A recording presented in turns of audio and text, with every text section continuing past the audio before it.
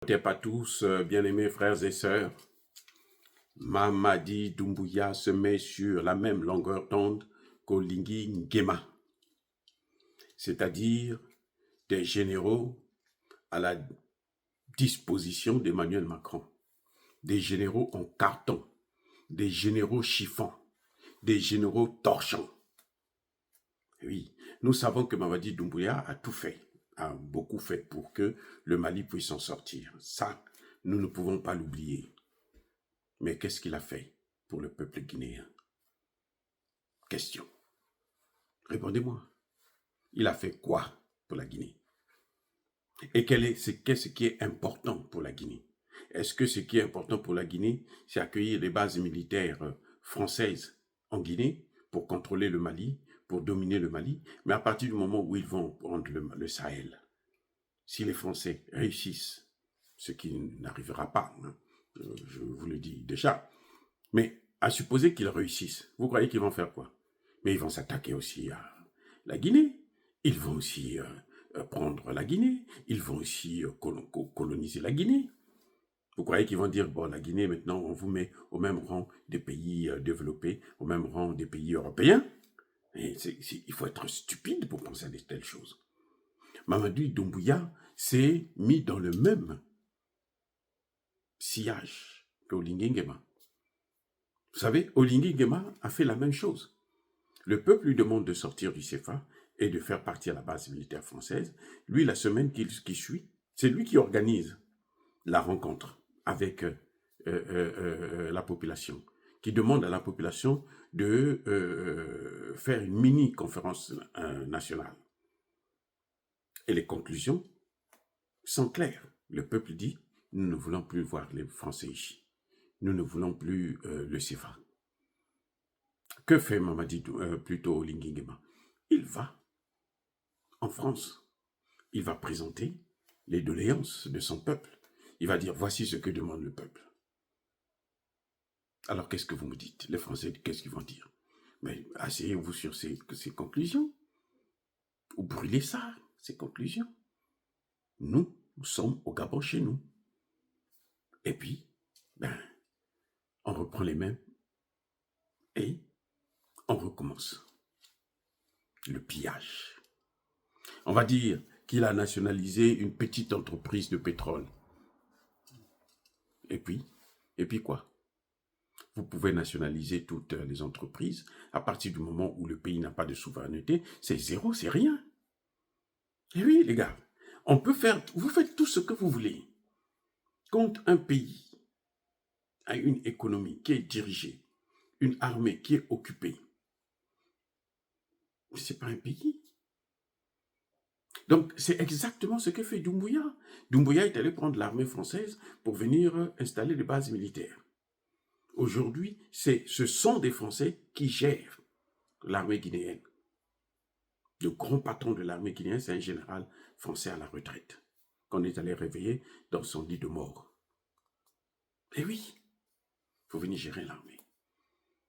Et il vient, ce n'est pas en fait la gestion de l'armée qui l'intéresse, parce que l'armée de Doumbouya restera la même armée. Mais ce qui l'intéresse, c'est le contrôle, la surveillance du territoire malien. C'est pour ça qu'ils encerclent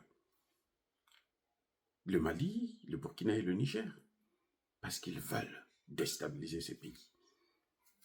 Et Mamadi Doumbouya, en acceptant de recevoir cette base militaire, il est en train de... il est complice à la déstabilisation du Mali, du Burkina et du Niger. Et ça, c'est dommage. Pour quelqu'un qui a fait une bonne action, c'est-à-dire soutenir le Mali dans la période des sanctions, maintenant, c'est le même qui va prendre ceux que le Mali a chassés, qui les garde chez eux.